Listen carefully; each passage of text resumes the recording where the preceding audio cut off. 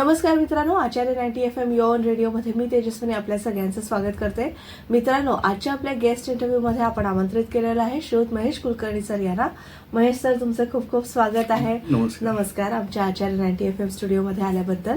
Mahesh Kulkarni sir हे Savarkar IAS study सर्कलचे संचालक म्हणून काम पाहतात आणि पहिल्या भागामध्ये आपण NDA बद्दल म्हणजेच नॅशनल डिफेन्स अकॅडमी बद्दल माहिती सरांकडनं करून घेतली आणि आजच्या भागात आज आपण त्यांच्याकडून CDS म्हणजेच कंबाईंड डिफेन्स सर्व्हिसेस बद्दल माहिती करून घेणार आहोत.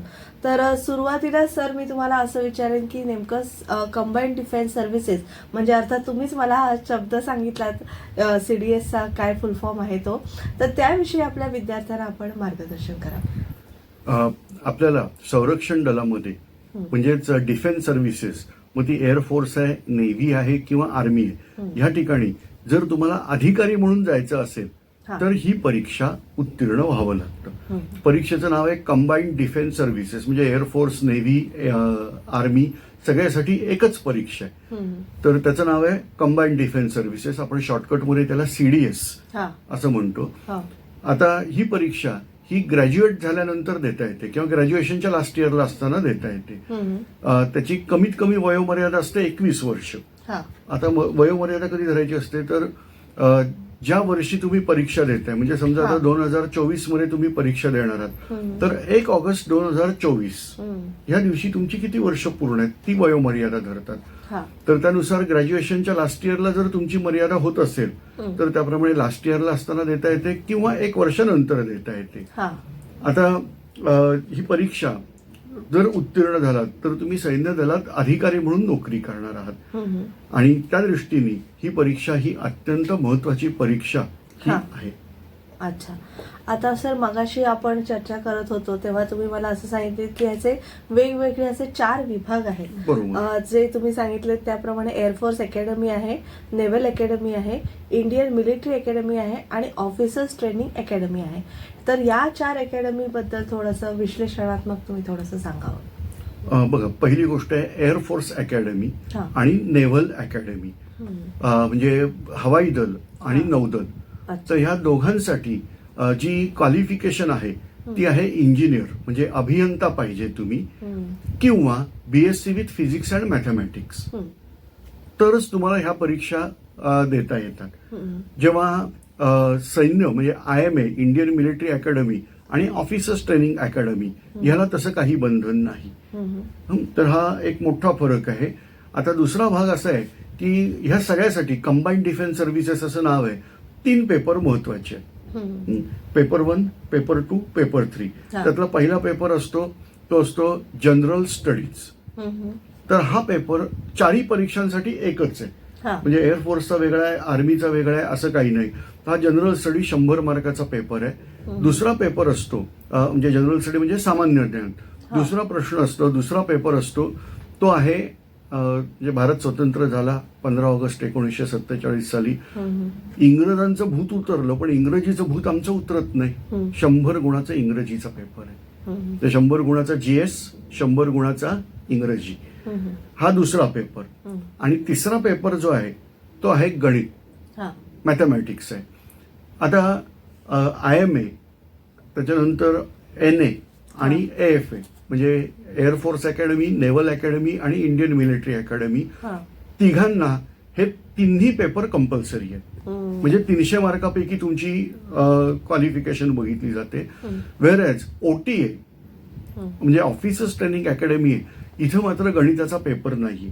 इथं फक्त 2 परीक्षांचे गुण बघितले जाणार आहेत, जनरल स्टडी आणि इंग्लिश, या 2 पेपरचे गुण बघितले जाणार आहेत. आता याचं एक स्वरूप थोडक्यात सांगतो. ते म्हणजे असं आहे की लेखी परीक्षा, आता जे मी तुम्हाला सांगतो ह्याला म्हणायचं लेखी परीक्षा. लेखी परीक्षेत तुम्हाला जर त्यांचे क्वालिफाईंग मार्क्स असतात ते मिळाले तर पुढे असतो त्याला म्हणतात SSB इंटरव्ह्यू. आता लेखी परीक्षा जी आहे ती UPSC घेते आणि SSB इंटरव्ह्यू जो आहे तो प्रत्यक्ष डिफेन्सवाले आहेत ते घेतात. आणि तिसरा टप्पा असतो म्हणजे मेडिकल.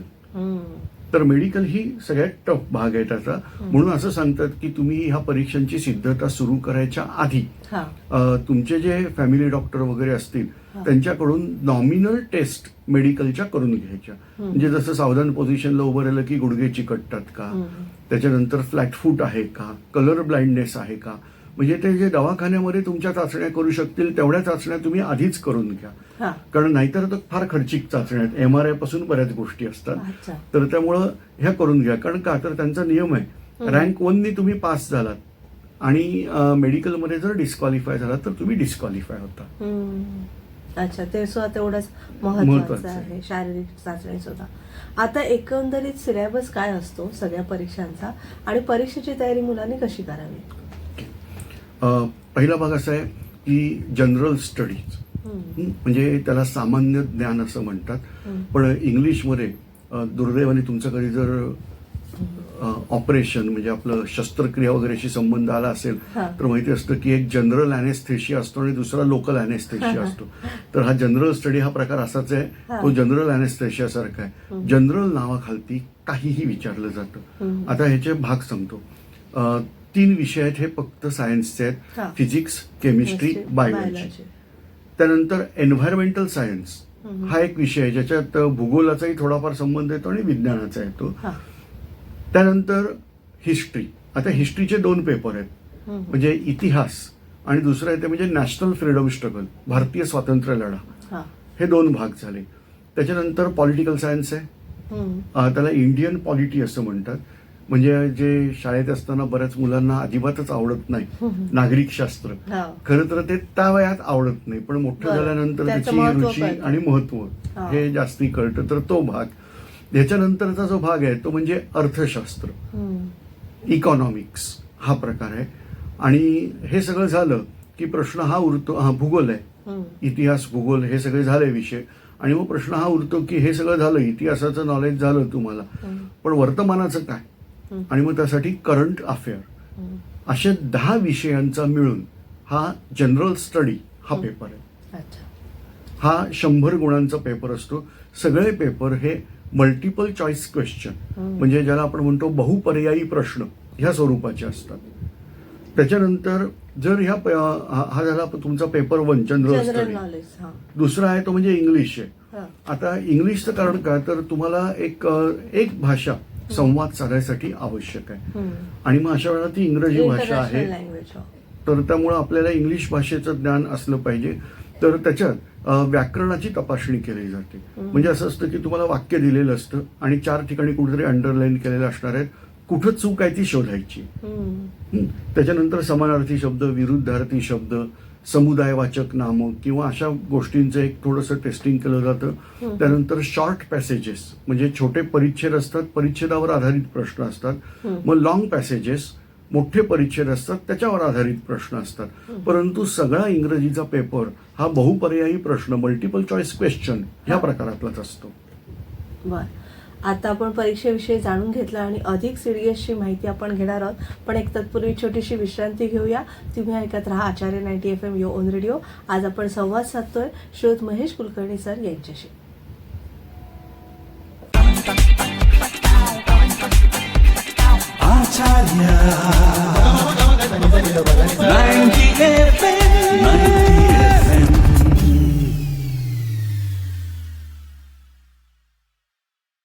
सगळ्यांचं पुन्हा एकदा स्वागत. आपण संवाद साधतोय श्रोत महेश कुलकर्णी सरांशी, जे सावरकर IAS स्टडी सर्कलचे संचालक म्हणून काम पाहतात.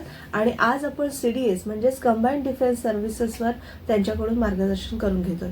सर, मला आता तुम्ही सगळे पेपर्स म्हणजे सगळे कुठले कुठले विषय आहेत त्याविषयी सांगितलं. थोडंसं मुलांना दडपण आलं असेल की एवढे सगळे विषय आहेत, पण त्यांना शाळा कॉलेजमधनं ही एक प्रोसेसमधनं ते गेलेले असतात. त्यामुळे एक विशेष तयारी काय करावी लागेल या परीक्षेसाठी? सगळ्यात पहिली गोष्ट अशी असते की यांना जी लेव्हल आहे ती साधारणतः 12वीची लेव्हल आहे. आणि मूलभूत गोष्टीपासून सुरुवात करून 12वी पर्यंत. तर यातली माझ्या दृष्टीने महत्वाची इयत्ता असते ती म्हणजे 8वी. 8वी म्हणजे 8वा एवढं लक्षात ठेवायचं. जेवढ्या गोष्टी आठवायच्या आहेत, मॅक्झिमम बेस जो आहे तो 8वी मध्ये असतो. आता याची परीक्षेची जी तयारी कशी करायची, तर या संदर्भात पहिली गोष्ट करायची ती म्हणजे संकेतस्थळ मी सांगून ठेवतोय. हा. सगळ्यासाठी हेच संकेतस्थळ आहे upsc.gov.in. हा. तर हे जे संकेतस्थळ आहे याच्यावर जुने पेपर बघायला मिळतात. सरकारी संकेतस्थळ आहे, थोडी डिपार्टमेंट फिरावी लागतात, हा. पण तुम्हाला जुने पेपर त्याच्यात मिळणार आहेत. आता पहिल्यांदा ते जुने पेपर काढायचे, आधीच्या वर्षी झालेले आहेत ते, त्यांची आन्सर की पण त्याच्यात असते. अच्छा. त्यामुळे फायदा काय होणार आहे याचा, की प्रश्न कसे विचारले जातात हे थोडंसं आपलं क्लिअर होतं. आता ह्याच्यानंतरचा जो भाग आहे तो म्हणजे तुम्हाला आता सगळ्या विषयांचा मुळापासून अभ्यास करायचा आहे. तर ह्यासाठी बाजारामध्ये चांगली पुस्तकं उपलब्ध आहेत. तर तुम्ही ज्या काही आजकाल ऑनलाईन साईट्स आहेत त्याच्यावरही तुम्ही जाऊन बघू शकता, किंवा जर तुमच्या आजूबाजूला कोणते मोठे बुक डेपो असतील तर तिथेही जाऊन बघू शकता. विविध प्रकाशनं आहेत, जसं अरिहंत प्रकाशन आहे, त्याच्यानंतर मॅग्रो हिल पब्लिकेशन या नावाने पुस्तके येतात, पियर्सन पब्लिकेशन आहे, त्याच्यानंतर स्पेक्ट्रम पब्लिकेशन आहे. तर अशा विविध पब्लिकेशनची मॅन्युअल म्हणतात. तर ती मॅन्युअल मिळतात की हे मॅन्युअल सीडीएस साठी आहे, किंवा हे त्यातल्या OTA साठी आहे, हे IMA साठी आहे. तर अशी मॅन्युअल मिळतात. तर ह्या मॅन्युअल मधून आपण अभ्यास पहिल्यांदा सुरू करायचा. ह्यानंतर बघा, फक्त मॅन्युअलचा अभ्यास पुरेसा नसतो. तर मॅन्युअल नंतरचा जो भाग येतो तो म्हणजे असतो आपला रेफरन्स बुक, संदर्भ ग्रंथ वाचणं. आता जसं मगाशी आपला राज्यशास्त्राचा विषय झाला, तर एक अतिशय सुंदर वाक्य आहे, जगी धन्य तो दास सर्वोत्तमाचा. तर याप्रमाणे तुम्हाला जर अभ्यास नीटच करायचा आहे, राज्याचाच अभ्यास करायचा आहे, तर अशा वेळेला राज्यघटनेचा अभ्यास करणं हे चांगलं आहे. तर त्यासाठी PM बक्षी या नावाचे एक लेखक आहेत, त्यांची ती राज्यघटनेचं अनालिसिस, किंवा लक्ष्मीकांत नावाचे एक लेखक आहेत, त्यांची राज्यघटना आणि त्याचं संपूर्ण राज्यशास्त्राचं पुस्तक. तर ह्या अशा गोष्टी आहेत, ह्याला म्हणतो आपण संदर्भ ग्रंथ. इतिहासाचा अभ्यास करायचा आहे तर R.C. मुजुमदार या नावाचे लेखक आहेत, त्यांनी लिहिलेलं पुस्तक. मी R.C. मुजुमदारांचं नाव घेतो कारण यांचा चष्मा कुठच्याच रंगाचा नाही, ट्रान्सपरंट चष्मा आहे. त्यामुळे जसं घडलं तसं, इतिहास म्हणजे काय असतं, जसं घडलं तसं द्यायचं.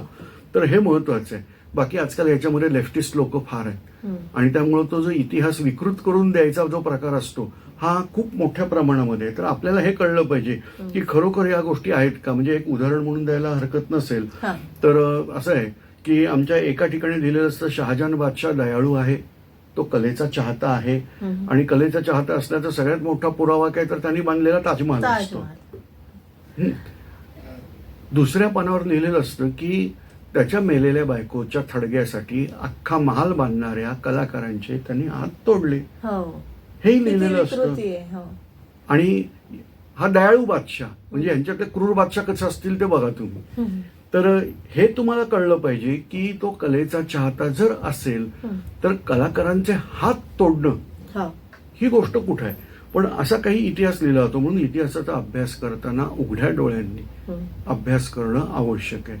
एक इतिहासात असाही थोतांड आहे, Mughal school of art and architecture. हे मी शिकवतो, मी पोपटपंची करतो, इथून येत नाही. याचं कारण का, तर बाबर जेव्हा भारतात आला त्याच इतिहासाच्या पुस्तकात हे लिहिलेलं आहे की बाबर जेव्हा भारतात आला तेव्हा भारतातल्या उंच इमारती बघून तो आश्चर्यचकित झाला आणि म्हणाला, अशा पद्धतीचं कन्स्ट्रक्शन हे माझ्या समरकंदमध्ये, आता नकाशात समरकंद शहर शोधून बघा कुठे येतं ते, त्या समरकंदमध्ये अशी कन्स्ट्रक्शन झाली पाहिजेत. म्हणून इथून त्यांनी कलाकार मंडळींना, जे आपले जे काय म्हणतात त्याला कारागीर, त्यांना तिकडं पाठवलं आणि कन्स्ट्रक्शन तिथं करायला सुरुवात केली. जर Mughal school of art and architecture अस्तित्वात असतं तर तो तिथून कलाकारांना इथं घेऊन आला असता आणि इथं कन्स्ट्रक्शन केली असती. तर अशा काही गोष्टी येतात. तर म्हणून म्हणतो की इतिहासाचा अभ्यास हा उघड्या डोळ्यांनी करायचा असतो. तर त्या दृष्टीने तुम्हाला R.C. मुजुमदारांचं पुस्तक हे एक अतिशय उत्तम आहे. त्याचबरोबर आपल्याला एक असा प्रकार असतो इतिहासाचा अभ्यास करताना, ते म्हणजे क्रॉस क्वेश्चनिंग केलेलं, की ही बाजू A आहे, आता बाजू B काय आहे. आता बाजू B साठी तुम्हाला एक उत्तम पुस्तक सांगेन, मराठीमध्ये पुस्तक आहे, इंग्लिशमध्ये पण आहे, जागतिक इतिहासातील खिंडारे, some missing pages in world history. लेखकाचं नाव आहे पू ना ओक. अप्रतिम पुस्तक आहे, बाजू दुसरी समजून घेण्यासाठी. खूप लॉजिकली ते बोलतात. तर प्रस्तावनाच खूप इंटरेस्टिंग आहे त्याची. तर तुम्ही या पद्धतीत हेही पुस्तक वाचून बघा. आता असे संदर्भ ग्रंथ वाचत वाचत तुमचं ज्ञान परिपक्व व्हायला सुरुवात होते. पुस्तक वाचताना नेहमी लक्षात ठेवायचं की आपलं मत आपण बनवायचं. एखाद्याबद्दल चांगली बाजू आणि वाईट बाजू ही तुम्हाला अॅनालाइज करायला आली पाहिजे. तर या पद्धतीमध्ये तुमचं वाचन होईल आणि मग तुमची आता इतिहासाचा अभ्यास झाला, भूगोलाचा झाला, सायन्ससाठी आहे. आता आर्थर वोगेल नावाचा लेखक आहे, त्यांनी लिहिलेली पुस्तकं ही रसायनशास्त्रासाठी उत्कृष्ट पुस्तकं आहेत. तर अशी संदर्भ ग्रंथ वाचत वाचत वाचत तुमची ही तयारी होते. ही आहे जनरल स्टडीजची तयारी. आता हे जेव्हा तुम्ही इंग्लिशमधली पुस्तकं वाचता तेव्हा आपोआपच तुमचं इंग्लिश एका चांगल्या लेवलवर येतं. मी एक इंग्लिशसाठी सल्ला देईन की परदेशी लेखकांची पुस्तकं शक्यतो वाचायचा प्रयत्न करायचा. त्याचं कारण म्हणजे भारतीय लेखक जे आहेत ते जरा जास्तीच उच्च दर्जाचे शब्द वापरायचा प्रयत्न करत असतात. परंतु परदेशी लेखकांची धारणा असते. एस्पेशली तुम्हाला एक पुस्तक सांगतो, अवश्य सायन्सचं नॉलेज हवं असेल तर हे पुस्तक अवश्य वाचा. ब्रीफ हिस्ट्री ऑफ टाइम या नावाचं पुस्तक आहे. एक प्रसिद्ध शास्त्रज्ञ अगदी अलीकडपर्यंत आपल्यामध्ये होते, दुर्दैवाने त्यांचा आता मृत्यू झालेला आहे, स्टीफन हॉकिन्स हे नाव तुम्हाला माहिती असेल. तर त्यांनी लिहिलेलं हे विज्ञानाचं पुस्तक आहे. ज्यावेळेला मी पुस्तक हातात धरत होतो तेव्हा मला वाटलं की बाबा एका सायंटिस्टने लिहिलेलं, तोही अतिशय उच्च बुद्धिमत्तेचा सायंटिस्ट आहे, अतिशय उच्च बुद्धिमत्तेचा सायंटिस्ट आहे. त्यांनी लिहिलेलं पुस्तक हे आपल्यासारख्या सामान्य मानवांना कसं कळणार. परंतु जेव्हा ते पुस्तक वाचायला लागलो तेव्हा लक्षात आलं की त्यांची भाषा अतिशय सोपी, ओघवती भाषा आणि अतिशय चांगल्या शब्दात त्यांनी सगळ्या गोष्टी, म्हणजे ज्या जटिल अशा थिअरी आहेत मोठमोठ्या, त्या सुद्धा त्यांनी अतिशय सोप्या शब्दामध्ये एक्सप्लेन केलेल्या आहेत. तर अशा रीतीने आपल्याला वेगवेगळ्या लेखकांची पुस्तकं वाचत पुढे जायचंय. नक्कीच. पुन्हा एक विश्रांती घेऊया आणि मी पुढचा प्रश्न तुम्हाला विचारूनच ठेवते की OTA एक्झाम हा CDS परीक्षेचा कसा भाग आहे, त्याविषयी तुम्ही आपल्या विश्रांतीनंतर मार्गदर्शन कराल. प्रेक्षक एक छोटीशी विश्रांती घेऊया आणि महेश कुलकर्णी सरांची मार्गदर्शन आपण कंटिन्यू करूया. धन्यवाद.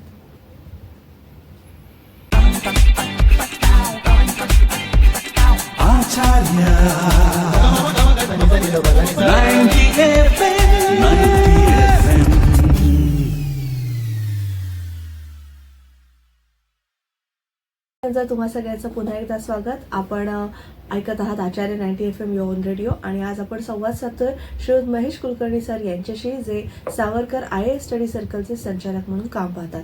आज आपला विषय आहे CDS म्हणजेच कंबाईंड डिफेन्स सर्व्हिसेस. याविषयी सरांकडनं मार्गदर्शन करतोय. आणि सर, विश्रांतीपूर्वी मी तुम्हाला असं विचारलं होतं की OTA एक्झाम्स जे असतात तो CDS परीक्षेचा कशा प्रकारे त्याचा एक भाग आहे आणि एकंदरीतच या सगळ्या म्हटलं कुठलीही परीक्षा म्हटली की आपल्याला म्हणजे 10वी 12वी पासून एक ते टेन्शन सुरू होतं. तर हे सुद्धा एक अधिकारी लेवलचं एक सैन्यात भरती होणं हे सुद्धा एक मोठं टास्क आहे. तर त्याचे एक नाही म्हटलं तरी मुलांवर मानसिक तणाव असतो, दडपण असतं. तर या सगळ्या परीक्षेची तयारी मुलांनी कशी करावी? बघा, OTA हा CDS परीक्षेचाच भाग आहे. याचा फुल फॉर्म आहे ऑफिसर्स ट्रेनिंग अकॅडमी. पण हे थोडंसं वेगळं करण्याचं कारण असं आहे की इथं मुलींना पण येता येतं. मुलींना पण म्हणण्याचं कारण असं सांगतो की एक साधारणतः 2020च्या आधी ह्या परीक्षांमध्ये फक्त मुलंच येत होती, NDA मध्ये आणि CDS मध्ये सुद्धा.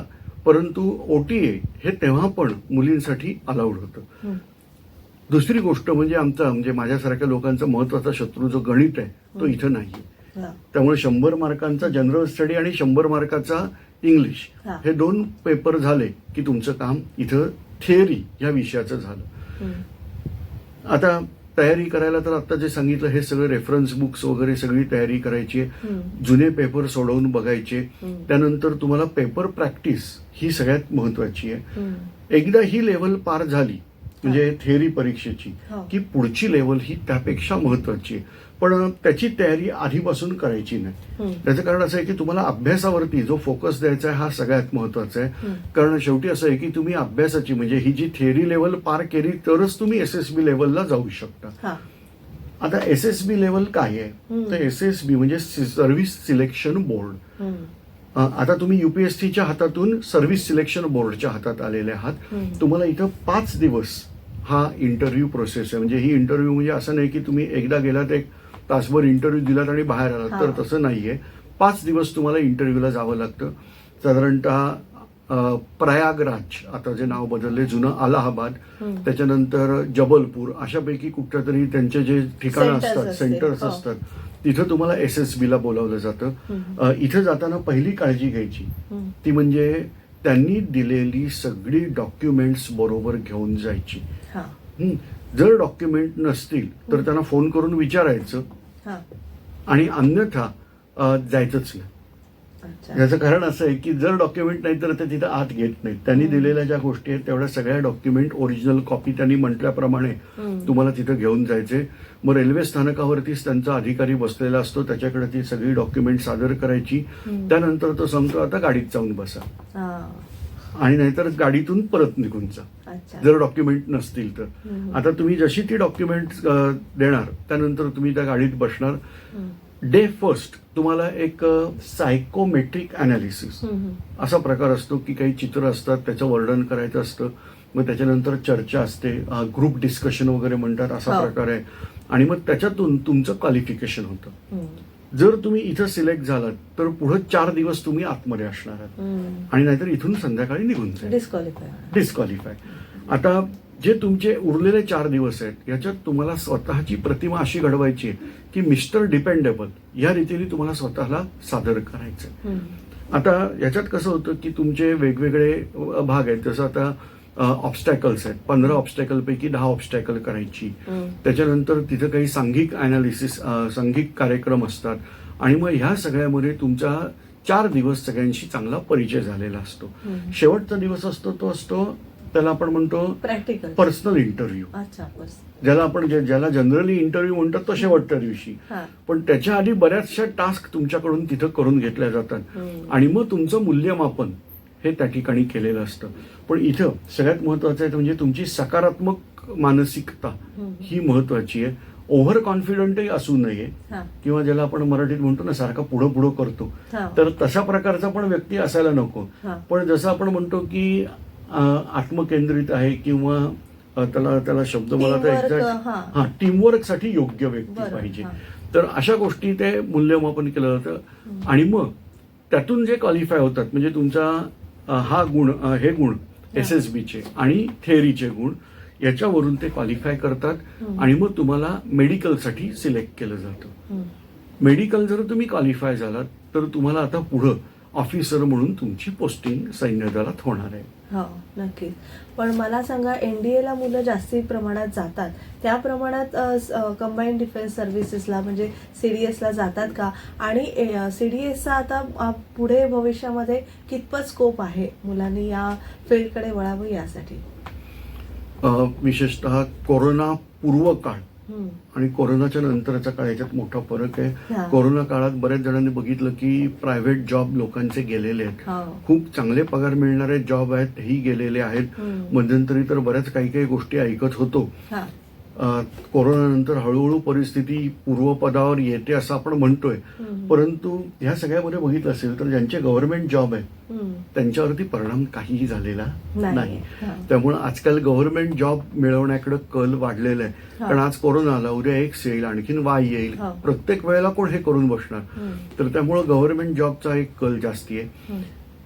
तसंच काही जणांना मनातूनच देशसेवा करण्याची इच्छा असते, ज्यांना खरोखर आता इथं हा जॉब बघा की तुम्ही जॉब म्हणून बघत असाल एक वेगळी दृष्टी, आणि मला देशसेवा करायची आहे म्हणून यायचंय, करिअर म्हणून यायचंय वेगळं, आणि देशसेवा करायची, तर ते तुमचे अप्रोचेस क्लिअर होतात त्याच्यामध्ये. परंतु ही एक उत्तम संधी आहे. लक्षात ठेवा, आपल्या देशाला बऱ्याच ठिकाणी आपण त्याला एक शब्द वापरतो, आउटसोर्सिंग. ते आउटसोर्सिंग करता येतं, पण सैन्यासाठी करू शकतो का? आपण एकदा केलं होतं, तैनाती फौजा स्वीकारल्या होत्या, पुढे अख्खा भारतच इंग्रजांचा गुलाम बनला. हे डोळ्यादेखत उदाहरण असताना आपल्याला सैन्य दलात जाणं हे आपलं कर्तव्य आहे. ज्यांची शारीरिक क्षमता आहे आणि ज्यांना ह्या आउटडोर ऍक्टिव्हिटीची आवड आहे अशांनी तर नक्की सैन्य दलाचा स्वीकार एक करिअर म्हणून करणं हे आवश्यक आहे. आता काही जणांचं म्हणणं असं असतं की जे अभियंते आहेत किंवा अशा कॅटेगरीचे ज्याला आपण कॉर्पोरेट जॉब्स म्हणतो, तर त्यापेक्षा इथं मिळणारं पेमेंट हे कमी असतं. तर त्याचं उत्तर आहे फक्त पेमेंट कमी किंवा जास्ती याच्यावर नाही.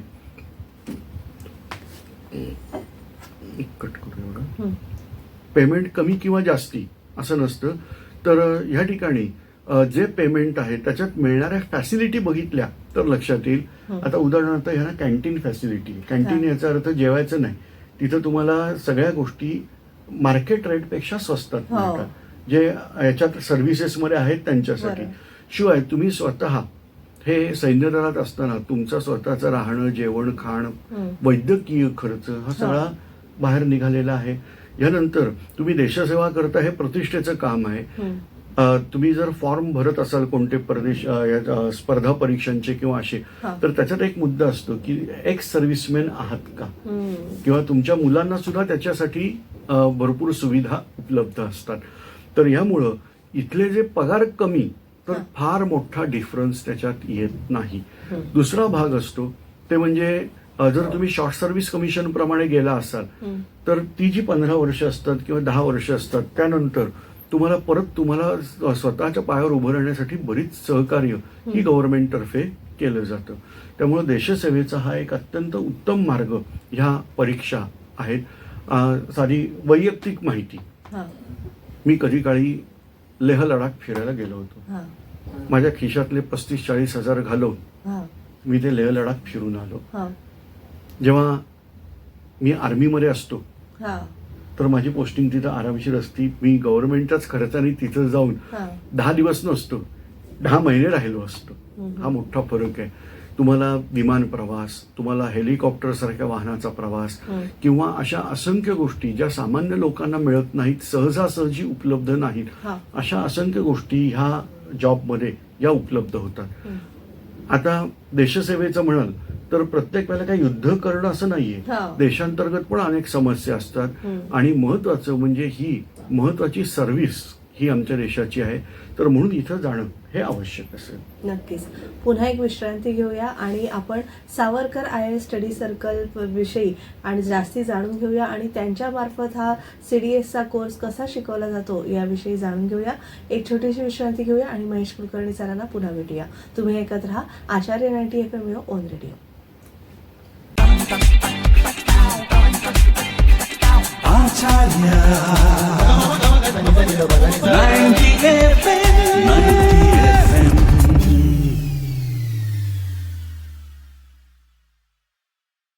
विश्रांतीनंतर तुम्हा सगळ्यांचं पुन्हा एकदा स्वागत. तुम्ही ऐकत आहात आचार्य 90 FM यो ऑन रेडिओ. आपण संवाद साधतो श्रोत महेश कुलकर्णी सर यांच्याशी, जे सावरकर IAS स्टडी सर्कलचे संचालक म्हणून काम पाहतात. सर, आता सावरकर स्मारक जे दादरला आहे त्याविषयी, त्याच्यामध्ये हे तुमचं IAS स्टडी सर्कल आहे आणि त्याच्या अंतर्गत हे NDA आणि CDSचा कसा कोर्स शिकवला जातो किंवा प्रशिक्षण विद्यार्थ्यांना कशा प्रकारे दिलं जातं याविषयी सांगा. ते विनामूल्य आपण कसं घेऊ शकतो किंवा सशुल्क कसं घेऊ शकतो याविषयी थोडंसं सांगा. सगळ्यात पहिलं, हे जे स्वातंत्र्यवीर सावरकर राष्ट्रीय स्मारक दादर या ठिकाणी आहे, तर त्याचा उद्देश हे सावरकरांच्या ज्या स्वप्नवत कल्पना आहेत त्यांच्या, किंवा त्यांची जी आयडिओलॉजी म्हणता येईल त्या आयडिओलॉजीप्रमाणे काम करणं ही आहे. सावरकरांचं एक महत्वाचं वाक्य आहे की महाराष्ट्र हा देशाचा खड्गहस्त झाला पाहिजे. तर त्या दृष्टीने अधिकाधिक लोकांनी सैन्यात जाणं हे अपेक्षित आहे. आणि म्हणून इथं सावरकर स्मारकात वेगवेगळे वर्ग चालतात. जसं एअर रायफल क्लब आहे, तुम्हाला शस्त्र चालवता आलं पाहिजे तर त्याप्रमाणे एअर रायफल क्लब आहे. तलवारबाजीचं प्रशिक्षण दिलं जातं, धनुर्विद्येचं प्रशिक्षण दिलं जातं. हे सगळे क्रीडा प्रकार या कॅटेगरीत आहेत. आणि आपले विद्यार्थी हे अगदी चांगलं यश वेगवेगळ्या स्पर्धांमध्ये पार नॅशनल लेवल, इंटरनॅशनल लेवलपर्यंत आपले विद्यार्थी जात असतात आणि चांगलं यश मिळवत असतात. बॉक्सिंग आहे, तायक्वांडो आहे, ह्या अशा वेगवेगळ्या शस्त्रविद्या ह्या इथं शिकवल्या जातात किंवा युद्धकला ह्या इथं शिकवल्या जातात. ह्या सगळ्यासाठी सुदृढ शरीर पाहिजे, त्या दृष्टीने आपल्याकडे अतिशय सुंदर अशी व्यायामशाळा, आधुनिक व्यायामशाळा ही या ठिकाणी आहे. पण शेवटी असं असतं की कला नसेल माणसाकडं तर तो बिनशेपटाचा पशु समजा. तर या दृष्टीने इथं कलेचं पण प्रशिक्षण वेगवेगळ्या प्रकारे दिलं जातं. अर्थात सगळ्याचा मूळ उद्देश आहे व्यायामाकडे यावं. म्हणजे कला जरी असली तरी असं समजा ते नृत्य आहे तर ते नृत्य व्यायाम वर्ग या प्रकारे ते तिथं घेतलं जातं. तर आपण अवश्य भेट दिल्यानंतर हे कळेल. आणि मग हा सगळ्यात महत्वाचा भाग आहे की ही सगळी तयारी का, तर सैन्य दलात जाणं आवश्यक आहे. आणि त्या हेतूने स्वातंत्र्यवीर सावरकर राष्ट्रीय स्मारकाद्वारे 2 भाग आहेत. एक म्हणजे निशुल्क मार्गदर्शन हा. आणि दुसरं आहे ते सशुल्क. आता निशुल्क जे आहे ते ऑनलाईन ह्या स्वरूपात आहे. तर तुम्ही आता सावरकर IAS स्टडी सर्कल असं युट्यूबवर इंग्लिशमध्ये रोमन लिपीमध्ये लिहायचं, सावरकर IAS स्टडी सर्कल, की तुम्हाला आपली वाहिनीच दिसेल. तर त्याच्यामध्ये तुम्ही सबस्क्राईब करा. त्याच्यात तुम्हाला भरमसाठ व्हिडिओज हे मिळतील ज्याच्यात सगळा अभ्यासक्रम कव्हर केलेलाच आहे. म्हणजे जनरल स्टडी जो पेपर आहे हा पूर्ण कव्हर आहे. इंग्लिश हाही पेपर बऱ्याच मोठ्या प्रमाणात त्याच्यामध्ये कव्हर केलेला आहे. आणि याखेरीज वेगवेगळ्या चाचण्या, प्रिलिम पासून वेगवेगळ्या परीक्षा, त्यांची उत्तरं, त्यांचं अनालिसिस सगळं या सावरकर IAS स्टडी सर्कल या युट्यूब वाहिनीवरती निशुल्क उपलब्ध आहे. त्याचबरोबर मी आता एक दूरध्वनी क्रमांक त्याचबरोबर मी आता इथे एक दूरध्वनी क्रमांक सांगतोय, लिहून घ्या. 9221849650. मी परत एकदा सांगतोय, 9221849650. या क्रमांकावर व्हॉट्सअपद्वारे तुम्ही फक्त तुमचं नाव व्हॉट्सअप करा.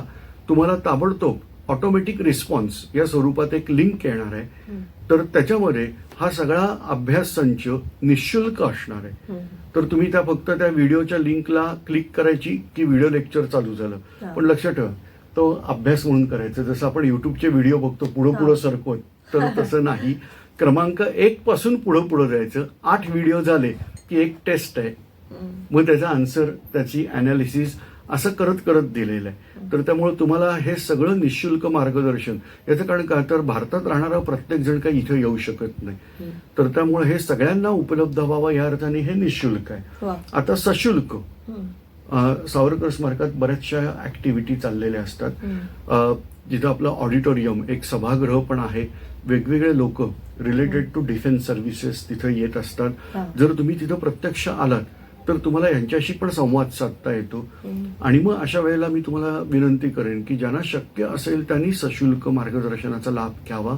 तर तुम्ही जो मगाशी सांगितल्याप्रमाणे मेसेज पाठवणार आहात व्हॉट्सअपवर, तुम्हाला जो ऑटोमॅटिक रिस्पॉन्स येणार आहे, तर त्याच्यामध्ये त्या ब्रॉशरची पण लिंक आहे. तर त्याच्यात तुम्हाला याविषयीची सविस्तर माहिती ही तिथं मिळेल. नक्कीच. महेश सर, तुम्ही आज आलात आपल्या आचार्य 90 FM स्टुडिओमध्ये आणि CDS म्हणजेच कंबाईंड डिफेन्स सर्व्हिसेस विषयी फार विस्तृत अशी माहिती आमच्या सगळ्या विद्यार्थ्या मित्रांना करून दिली. त्याबद्दल तुमचे मनःपूर्वक आभार. धन्यवाद. धन्यवाद. तर प्रेक्षक हो, आज आपण गेस्ट इंटरव्ह्यूमध्ये आमंत्रित केलं होतं श्रीयुत महेश कुलकर्णी सर यांना, जे सावरकर IAS स्टडी सर्कलचे संचालक म्हणून काम पाहतात. आणि आज आपण जाणून घेतलं CDS म्हणजेच कंबाईंड डिफेन्स सर्व्हिसेस विषयी. पुन्हा एका नवीन वक्त्यांसह भेटूया पुढील गेस्ट इंटरव्ह्यूमध्ये. तोवर मी तेजस्विनी आपला निरोप घेते. तुम्ही मात्र ऐकत राहा आचार्य 90 FM your on radio. Thank you.